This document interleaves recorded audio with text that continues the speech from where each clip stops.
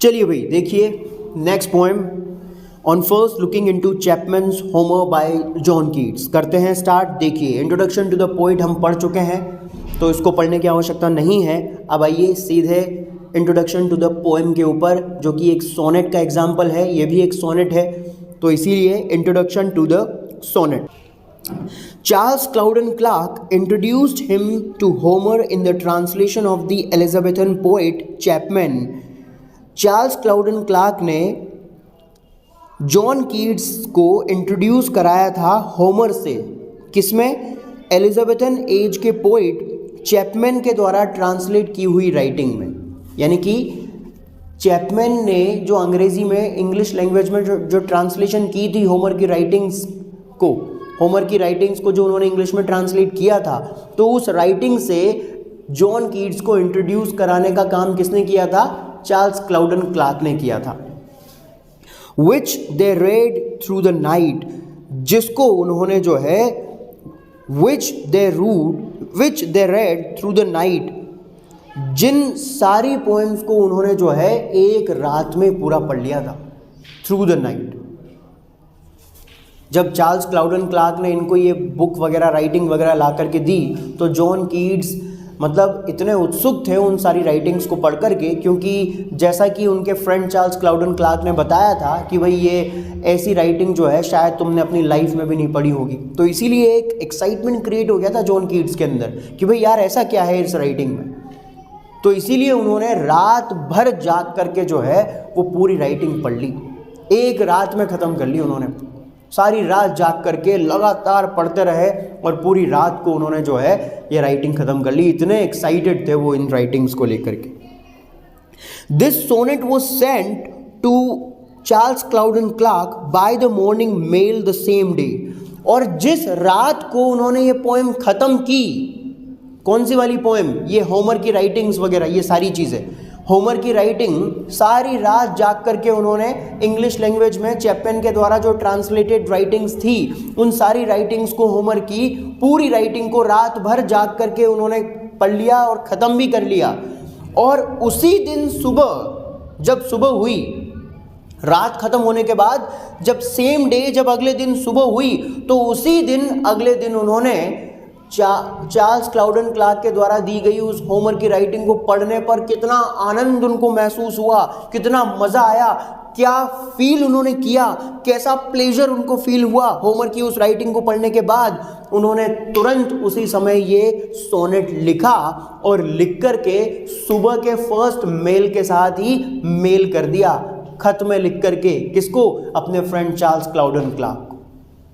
देखो आप, इतना एक्साइटेड थे वो इस राइटिंग को लेकर के।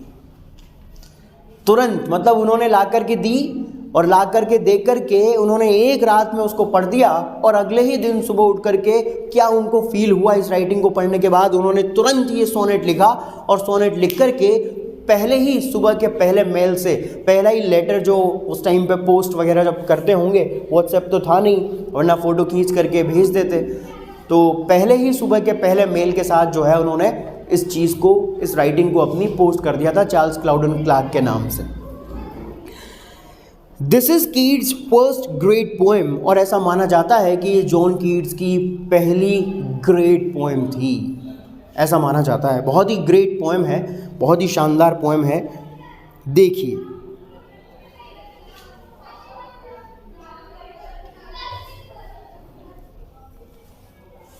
चलिए अब आते हैं पोएम के ऊपर। On first looking into Chapman's Homer, on first looking into Chapman's Homer by John Keats.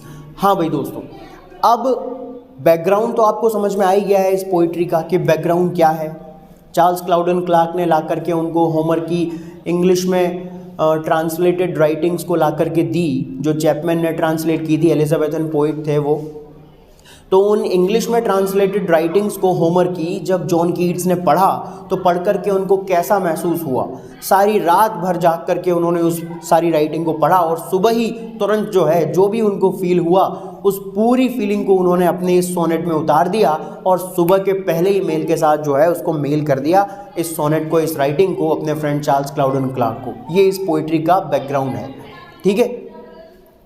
तो बैकग्राउंड समझ में आ गया है, अब सिर्फ अपने को वो फीलिंग समझना है जो फीलिंग उनको महसूस हुई होमर की उस राइटिंग को पढ़ करके।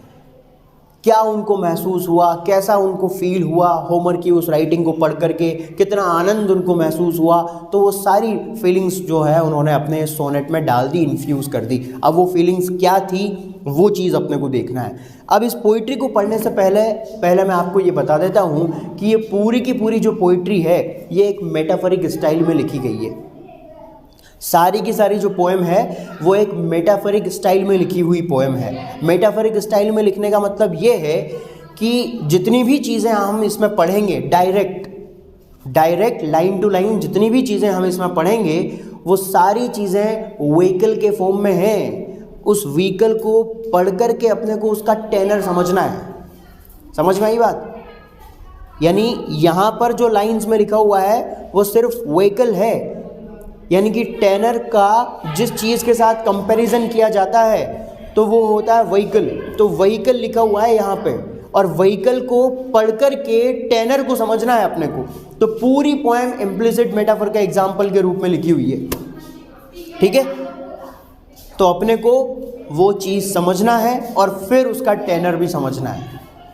ठीक है, तो इसीलिए थोड़ी सी कॉम्प्लिकेटेड हो जाती है ये पोएम केवल उन लोगों के लिए जिनको ये पता नहीं है कि इम्प्लिसिट मेटाफर क्या है, केवल उन लोगों के लिए जिनको ये पता नहीं है कि भाई ये व्हीकल क्या होता है, ये टेनर क्या होता है, और व्हीकल है तो टेनर क्यों है, टेनर है तो व्हीकल क्यों है। केवल उन लोगों के लिए कॉम्प्लिकेटेड हो जाती है जिन्होंने मेटाफर को पढ़ा नहीं है, जिन्होंने इम्प्लिसिट मेटाफर को नहीं समझा है। लेकिन आपने पढ़ा है तो जाहिर सी बात है आपके लिए किसी प्रकार की कोई कॉम्प्लिकेशन नहीं रहेगी। देखिए भाई, on first looking into Chapman's Homer लिखिए मीनिंग। सबसे पहले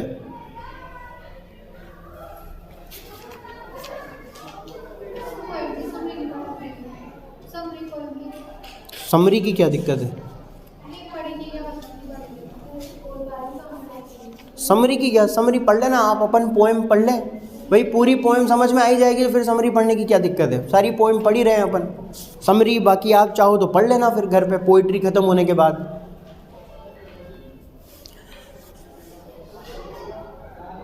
मच यानी कि बहुत ज़्यादा, ट्रैवल यानी कि यात्रा करना, रीम्स ऑफ गोल्ड इसको अंडरलाइन करके लिखिए, सुनहरा साम्राज्य, रीम्स ऑफ गोल्ड सुनहरा साम्राज्य, गोल्डन एम्पायर।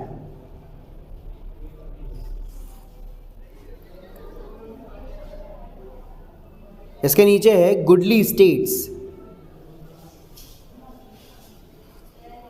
गुडली स्टेट्स बहुत ही शानदार राज्य, गुडली यानी कि बहुत ही बढ़िया, स्टेट्स यानी कि राज्य,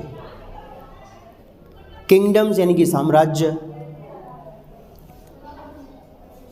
वेस्टर्न आइलैंड्स, राउंड यानी चारों ओर, राउंड चारों ओर, इसके आगे वाली लाइन में लिखा हुआ है जो राउंड चारों ओर, वेस्टर्न आइलैंड्स यानी कि पश्चिमी द्वीप, वेस्टर्न आइलैंड्स पश्चिमी द्वीप,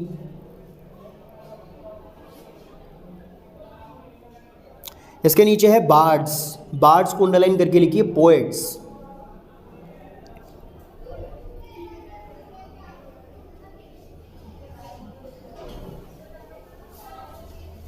फील्टी, फील्टी को अंडरलाइन करके लिखिए loyalty, loyalty, fealty loyalty,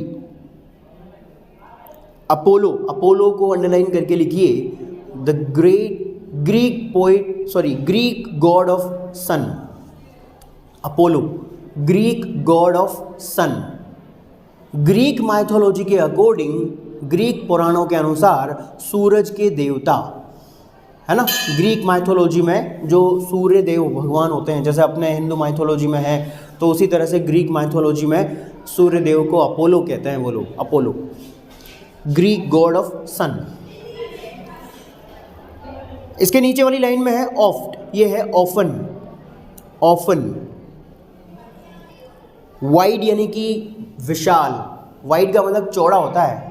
cricket में आपने देखा होगा ना वाइड बॉल, वाइड बॉल यानी चौड़ी, बहुत दूर। हाँ, वाइट नहीं है, वाइड होती है वो। अरे भगवान, वाइट नहीं होती है, वाइड होती है, वाइड, WIDE। भाई वो बाहर जा रही है तो वाइट, सफ़ेद बॉल थोड़ी ना है, वाइट बॉल नहीं है, वाइड बॉल है, वाइड, जो स्टंप से बहुत दूर जाती है, वाइड बॉल। तो वाइड, वाइड यानी कि चौड़ा, यानी कि विशाल, विशाल, बहुत बड़ा।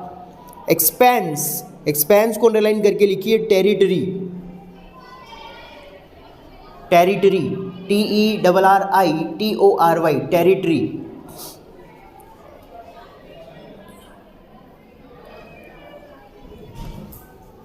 इसके नीचे है डीप ब्राउन, डीप ब्राउन को अंडरलाइन करके लिखिए इंटेलेक्चुअली ग्रेट, बौद्धिक रूप से महान, इंटेलेक्चुअली ग्रेट, बौद्धिक रूप से महान। होमर आप जानते हो, रूल, शासन करना, रूल, शासन करना। आगे लिखा हुआ है डेमेस्नी, डेमेस्नी को अंडरलाइन करके लिखिए large area of land, large area of land, large area of land. इसके नीचे है ब्रीथ, ब्रीथ यानी कि सांस लेना, प्योर, पवित्र, सीरीन, प्योर, शुद्ध, सीरीन, पवित्र, प्योर, शुद्ध, सीरीन, पवित्र। इसके नीचे है चैपमैन, चैपमैन है एलिजाबेथन एज के पोइट जिनके बारे में पढ़ा है हमने।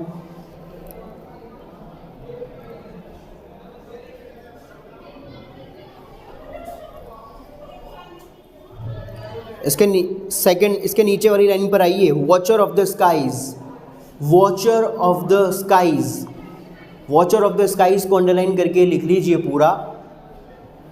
वॉच का मतलब देखना, वॉचर मतलब देखने वाला, स्काईज यानी कि आकाश।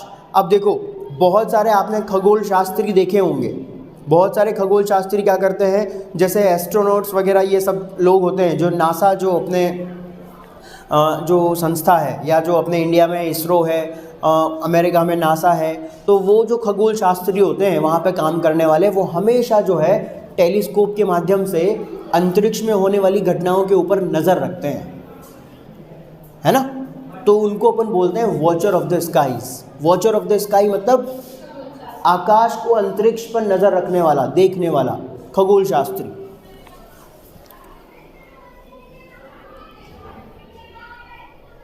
इसके नीचे है प्लैनेट, ग्रह, प्लैनेट, ग्रह। His can, KEN, can, can say मतलब यहां पर है दूरबीन या टेलीस्कोप, दूरबीन या टेलीस्कोप। इसके नीचे वाली लाइन में है स्टाउट यानी कि बहादुर, stout, bold, brave. Cortege, cortege एक व्यक्ति का नाम है, पढ़ेंगे इसके बारे में, अंडरलाइन कर लीजिए। ईगल आइज, ईगल आइज यानी कि ईगल की तरह तेज निगाहें। ईगल होता है गरुड़, वो गरुड़ पक्षी होता है ना, वो बहुत ऊंचाई पर उड़ते हुए ही नीचे धरती पर उसकी आंखें इतनी तेज होती है कि धरती पर दौड़ते हुए शिकार को तुरंत अपनी आंखों से जो है देख लेता है, और वहीं से जो है उड़ करके आता है और झपट्टा मार करके ले जाता है। उसको बोलते हैं ईगल की तरह तेज आंखें, ईगल आइज।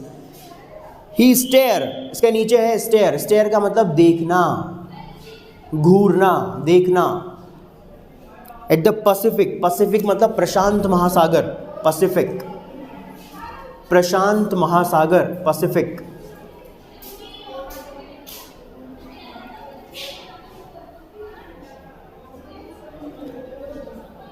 इसके नीचे वाली लाइन में आइए, वाइल्ड, वाइल्ड यानी कि आश्चर्य, आश्चर्य से भरा हुआ। उसके बाद में है सरमाइज, सरमाइज का मतलब गैस, अनुमान, सरमाइज, गैस, अनुमान। इसके नीचे है पीक, पीक का मतलब चोटी, पीक का मतलब चोटी। फिर है डेरियन, डेरियन भी अंडरलाइन कर लीजिए, डेरियन भी एक प्लेस का नेम है, डेरियन। नेक्स्ट क्लास में बात करेंगे इसके बारे में, कोर्टेज और डेरियन इन दोनों को देखेंगे, दोनों के बारे में बात करेंगे। ठीक है भाई। और ये जो वर्ड आया था ना यहाँ पे, ये डेमेस्नी, डेमेस्नी, डेमेस्नी, इसका सही उच्चारण जो है आपको समझ में आया इसलिए मैं डेमेस्नी बोल रहा हूँ, लेकिन डेमेस्नी नहीं होता है, इसका सही उच्चारण होता है डमेन, डमेन, डमेस्नी नहीं होता है, ध्यान रखिएगा। ठीक है, डमेन, डमेन। ओके, ठीक है भाई, देखते हैं अगली क्लास में।